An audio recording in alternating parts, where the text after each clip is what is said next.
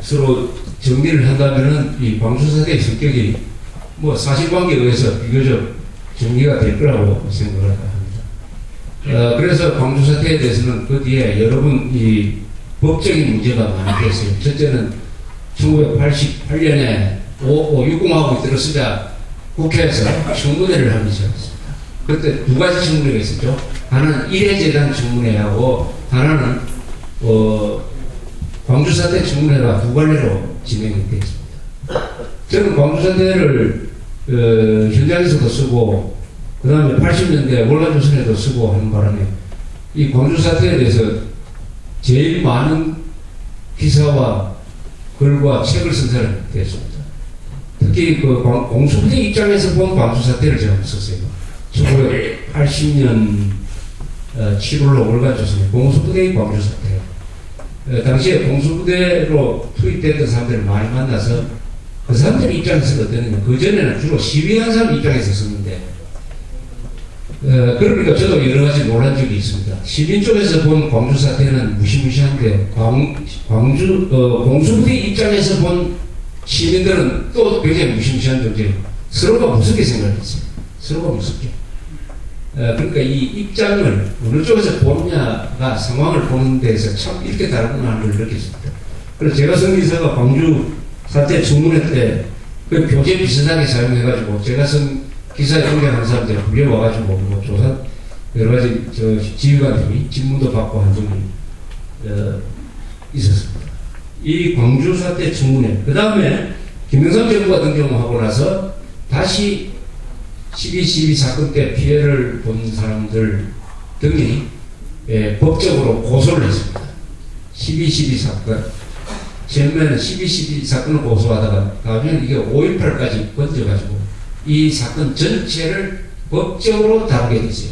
김영삼 정부 때의 소위 역사 바로세우기 노선에 의해서 이것을 법적으로 다루기 시작했습니다.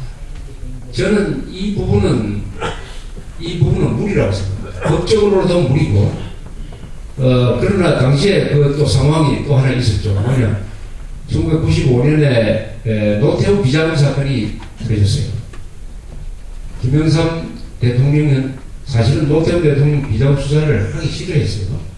그러나 박계동 의원의 폭로가 있었기 때문에 수사를 하기 시작하니까 언론이 거기에 적극적으로 보도를 하면서 이 사건이 커졌습니다.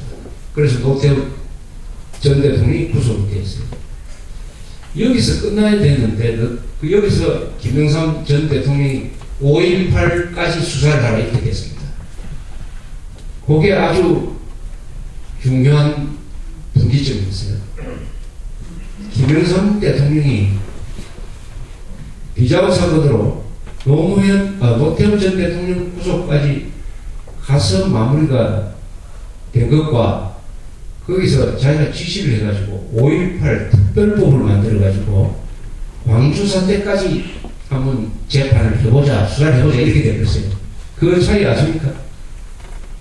그래서 전두환 전 대통령이 유명한 골목 성명을 발표하고 구속된 것입니다. 그러니까 유탄을 맞은 거예요. 어떻게 보면 전두환 전 대통령은 노태우 비자금 사건을 유탄을 맞아가지고 이렇게 된 것인데, 근데 이건 법적으로 문제가 있었어요. 첫째, 공소시효가 끝났습니다. 공소시효가. 우리나라 공소시효는 15년, 살인사건 등등 아무리 길어도 15년이면 끝나요. 그러면은 소급 입법을 만들 수 있느냐? 5.18 특별법이 소급 입법입니다. 그래서 이건 위헌이다 해가지고 헌법재판소로 갔습니다. 그런데 한 사람 때문에 역사가 바뀌었습니다. 다수가 위헌이라고 했는데 한 사람이 정경식이라는 그 공무원사 출신인데 이 사람이 합헌이라고 주장하는 바람에 이게 5.18 특별법이 입법이 되었습니다. 효력을 계속 발휘하게 됐습니다. 그래서 그 결과는 뭐냐. 노태우, 전두환 두 사람 다 그 책임으로 사형, 한 사람 사형 선고, 한 사람 무기징역 선고 받았죠. 그게 96년 초에 일로 제가 기억이 되는데, 96년 초에. 96년 초. 이렇게 돼서 이제는 광주 사태를 진압한 행위가 내란 행위가 되었습니다. 지금 보면 그렇게 되어 있습니다. 전두환 대통령이 사형선고를 받은 이유는 첫째 12.12 사건 지휘했다. 그다음에 광주 사태를 지휘를 하고 국회를 폐쇄를 해가지고 사실상의 쿠데타를 일으켰다. 내란이다. 내란 행위가 된 거예요. 그러니까 광주 사태를 진압한 행위가 내란 행위가 된 겁니다. 광주 사태를 일으킨 행위가 아니라 광주 사태를 진압한 행위가 내란 행위가 된 거예요. 이런 일은 4.19 때도 있었죠. 4.19를 일으킨 사람은 정의로운 사람이고 4.19를 진압한 사람이 반혁명 세력이 되죠. 이렇게 됩니다. 역사가 바뀌어지면 이렇게 되어버린 겁니다. 이것은 많은 문제를 우리가 던져주고 있어요. 고민을 던져주고 있습니다. 그러나 법원에서 다소 양식 있는 판단을 한 것은 이런 게 있죠. 사실은 이 광주 사태와 이 전두환 전 대통령 사이에는 직접적인 연관은 없어요. 지휘를 한 적도 없고 구체적으로 개입을 한 적도 없습니다. 다만 집권 과정의 총체적인 지휘자가 전두환 씨니까 정치적 책임을 지는 것이죠. 광주 사태 진압 행위는 어디까지는 군사적인 행위였습니다. 그런데 그럼 명령대로 한 사람들, 그런데 대대장도 처벌할 수 있느냐? 연대장 처벌할 수 있느냐? 이렇게 따져보니까 그건 실병력을 지휘했던 사람을 처벌할 수는 없다. 그 사람들 명령 따른 것이다 해가지고 광주 진압을 했던 대대장 이하에서는 아무도 처벌되지 않았습니다. 막 그 정도의 분별을 했는지는 모르겠으나 어쨌든 그 쟁점이 하나 남아있어요. 그런데 이런 걸 가상을 할 수가 있습니다. 좌익들이 북한의 지령을 받은 좌익들이 민주화 운동이라는 간판을 내걸고 총을 들고 시위를 하고 할 때 거기에 당시 그때 대통령이나 국방장관이나 또는 계엄사령관이 총을 쏘라는 명령을 할 수 있느냐 하는 것이죠. 당연히 총을 쏘라고 해야 되죠. 북한의 지령을 받은 자들이 민주화 운동으로 위장을 해가지고 총을 들고 했다면 이것은 반란군이기 때문에 유혈 진압을 명령을 해야 됩니다. 발포를 해야 됩니다. 발포를. 그런데 발포를 할 마음이 대통령부터 국방장관, 장관들 마음이 있거든요. 그래서 그때 그 사람들 머리에 뭐로 생각하느냐. 광주 사태 생각난다. 광주 사태를 진압했다가 당시 전두환 전 대통령이 사형선고를 받았다. 이거 어떻게 할 거냐. 이렇게 아주 머뭇할 때 어떻게 되느냐 하는 굉장히 고민스러운 것을 우리가 안고 있습니다.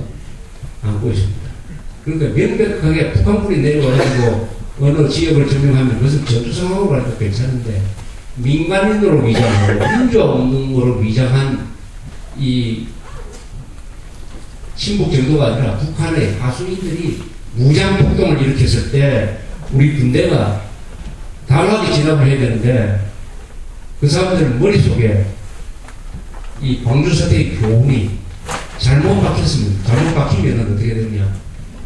진압을 꺼려하게 된다. 무장폭동을 진압하는 것을 두려워하게 된다. 이것은 잘못하면 체제가 넘어가는 가능성이 있는 것입니다. 그래서 이 군에서는 이 광주 사태의 진압과 거기에 대한 재판을 잘 분석을 해가지고 이것을 교육을 장교들한테 잘 해야 됩니다. 잘하지 않으면 잘못하면 팔레미처럼 넘어갈 수 있다. khomeini 혁명이 어떻게 성공했느냐. 테헤란 시내로 사람들이 몰려 나왔다. 팔레미가 진압을 하도록 군대를 동원했더니 군인들이 발포를 하지 않았다. 그래서 체제가 넘어가고 팔레미가 도망가 버린 겁니까? 4.19가 왜 이승만 하야로 갔느냐. 4.19 때 계엄령으로 동원된 육군 부대가 당시에 계엄사령관 송교찬 씨인데 이 사람들이 데모 진압을 포기했다. 그래서 학생들이 탱크 위로 올라가가지고 군인들하고 같이 뒤엉키는 사태가 발생했을 때 이승만 정권은 끝난 거죠. 끝난 겁니다. 그래서 이 대중 시위를 진압하기 위해서 군이 출동을 했을 때 발포를 할 수 없는 상황이 되면 체제가 넘어갑니다. 한국에서는 그런 대중 시위를 조직하는데 세계적인